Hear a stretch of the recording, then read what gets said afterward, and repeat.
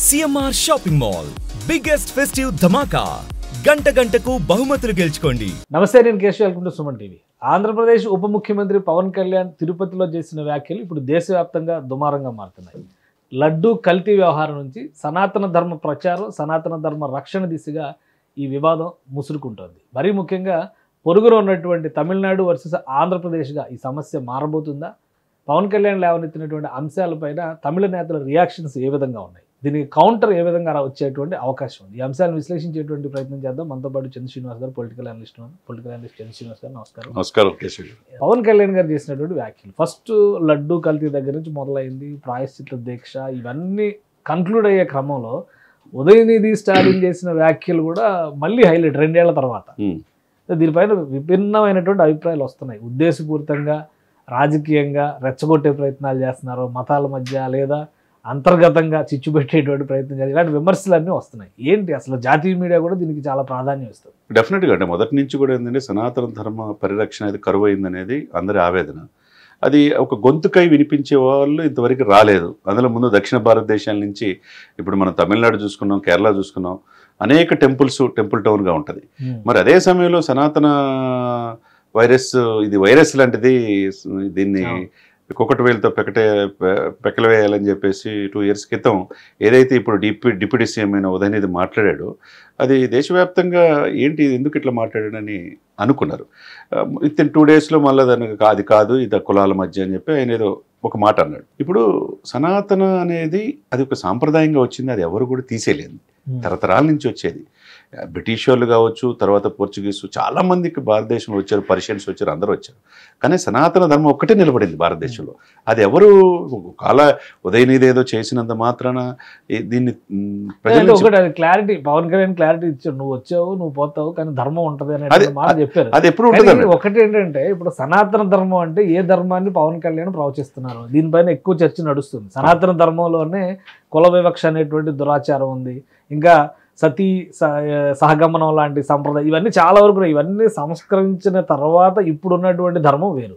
ఇప్పుడు ఆయన ఏ ధర్మాన్ని సమర్థిస్తున్నారనే దాని మీద చాలా విమర్శలు. ఎందుకు పవన్ కళ్యాణ్ గారు ఈ అంశాన్ని లేవనెత్తుతున్నారు, ఈ అంశం చుట్టూ కథను మారుస్తున్నారు, దీని రాజకీయ వ్యూహం ఒకటండి. ఉదయనిధి అనే వ్యక్తి ఆయనంతా పూర్తిగా రాజకీయ పరిజ్ఞానం లేకపోయినా తండ్రి జూనియర్ స్టాలిన్గా నిన్నగాక మొన్న డిప్యూటీ సీఎం అయ్యాడు. ఆయనకి ఏమి పూర్తిగా అవగాహన ఉంది సనాతన ధర్మం మీద అని చెప్పేసి, దీని వైరస్ లాంటిది, ఇది డెంగ్యూతో కరోనా వైరస్తో ఆయన ఎందుకు పోల్చాడండి? మలేరియాతో పోల్చి 2 ఏళ్ల క్రితం ఆ ఇష్యూ క్లోజ్ అయిపోయింది. అవును, అప్పుడు మళ్ళీ ఇప్పుడు పవన్ కళ్యాణ్ ఎందుకు రైజ్ చేశారు? అదే సమయంలో ఆయన ఉద్దేశించి కావచ్చు, 2 రాహుల్ గాంధీ కూడా అయోధ్యలో రాముడు వారి ప్రతిష్ఠ జరుగుతుంటే ఎంత వ్యంగ్యంగా చేశాడు. నేను ఇప్పుడు ఉన్నాను, నాకు డిప్యూటీ సీఎం కాదు, రాజకీయాలు కాదు, ఇదే ధర్మరక్షణ పరిరక్షణ బోర్డు, సనాతన ధర్మ పరిరక్షణ బోర్డు ఏర్పాటు చేయాలి జాతీయ స్థాయిలో, దీనికి ఫండ్స్ ఇచ్చేయాలి, ప్రతి రాష్ట్రంలోని ఇది ఉండాలి అని చెప్పేసి ఆయన లేవనెత్తుకున్నాడు. అంటే ఇక మీద నేను మాట్లాడితే వాళ్ళతో దేనికైనా సిద్ధం అని చెప్పేసి అవకాశం ఉందా?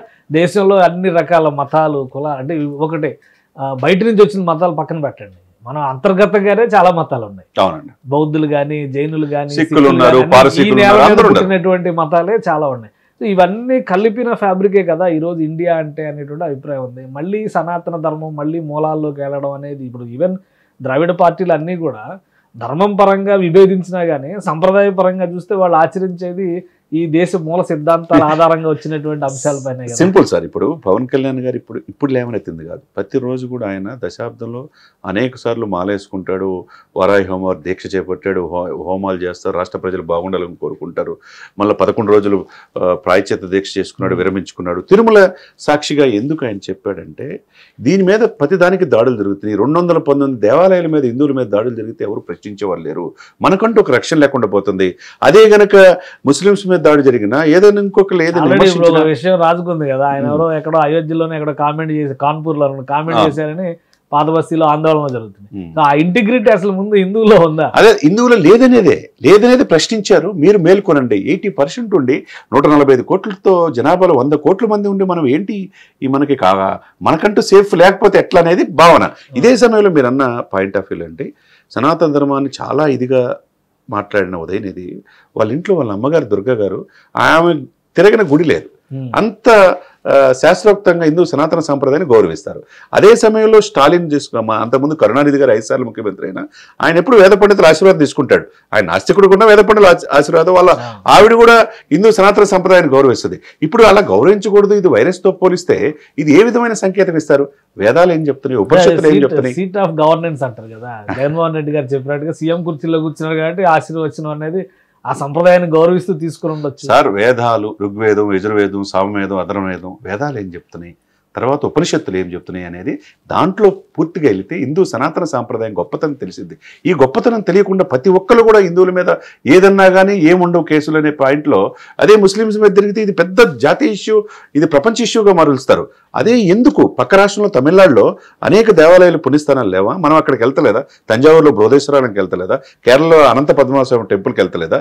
మరి ఇంత టూరిజం డెవలప్ చేసుకోవడానికి హిందూ సనాతన సంప్రదాయాన్ని గౌరవించుకుని హిందువులంతా ఆ ప్రాంతం వెళ్ళినప్పుడు వాళ్ళు ఎందుకు ద్రవిడిజం లేకపోతే మేమే గొప్ప అనే ఇదితో సనాతన సాంప్రదాయాన్ని వైరస్ లాంటిదని పోలిస్తే హిందువుల మనోభావాలు దెబ్బతీసినట్టు కాదా? అంటే హిందువుల మనోభావాలు విలువ లేదు. అదే కదా, రాజకీయ నాయకులు విలువ లేదు. తమిళ రాజకీయ ఇప్పుడు ఎవరో ఒకళ్ళు ఎప్పుడో ఒక చోట రావాలి సార్. ఈ రోజు మీరు అన్నట్టుగా నేషనల్ మీడియా అంతా అన్ని ఛానల్స్ కూడా ఎన్డీటీవీ కావచ్చు, ఇండియా టుడే కావచ్చు, రిపబ్లిక్ ఛానల్ కావచ్చు, టైమ్స్ నౌ కావచ్చు, అన్నిట్లో కూడా పవన్ కళ్యాణ్ గారు ప్రశ్నించింది కరెక్ట్ అని ఎందుకు చెప్తున్నారు?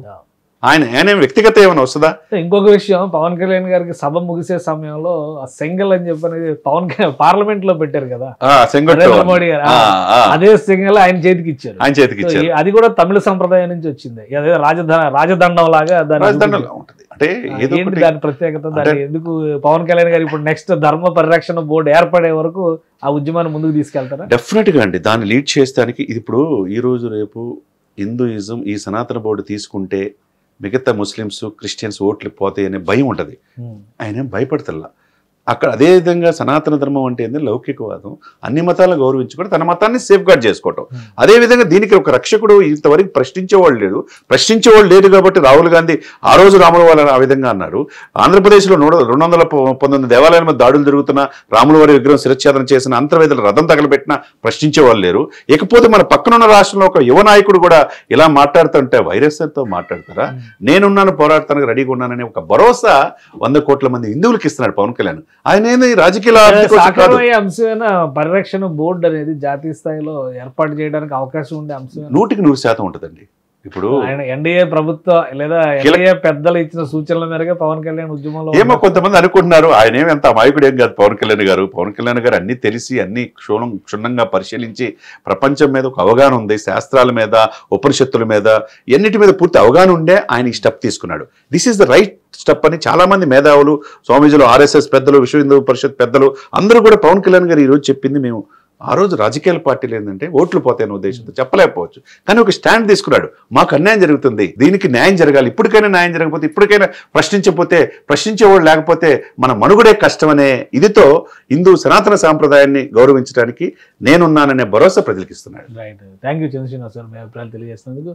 ఇది పవన్ కళ్యాణ్ చేసినటువంటి వ్యాఖ్యల వెనుక పెద్ద వ్యూహమే ఉందని చంద్రశ్రీనివాస్ గారు అంటున్నారు. అలానే ముఖ్యమైనటువంటి అంశాల పరంగా చూసినప్పుడు దక్షిణాది తమిళ సంప్రదాయాలపైన దేశవ్యాప్తంగా విస్తృతమైనటువంటి ప్రభావం ఉంది, ప్రాబల్యం ఉంది. అటువంటి విషయాల్ని గౌరవించేటువంటి క్రమంలో తమిళ రాజకీయ నాయకులు కేవలం ఓట్ల నాటకాలను మాత్రమే ఆడుతున్నారు. పవన్ కళ్యాణ్ నేరుగా ఓట్లతో సంబంధం లేకుండా మూల సిద్ధాంతాలను కాపాడేటువంటి వ్యూహంలోనే సనాతన ధర్మ ప్రచార బోర్డు అనేటువంటి అంశాన్ని లేవనెత్తారని చంద్రశ్రీనివాస్ గారు విశ్లేషిస్తున్నారు. ఇది స్పెషల్ డిస్కషన్.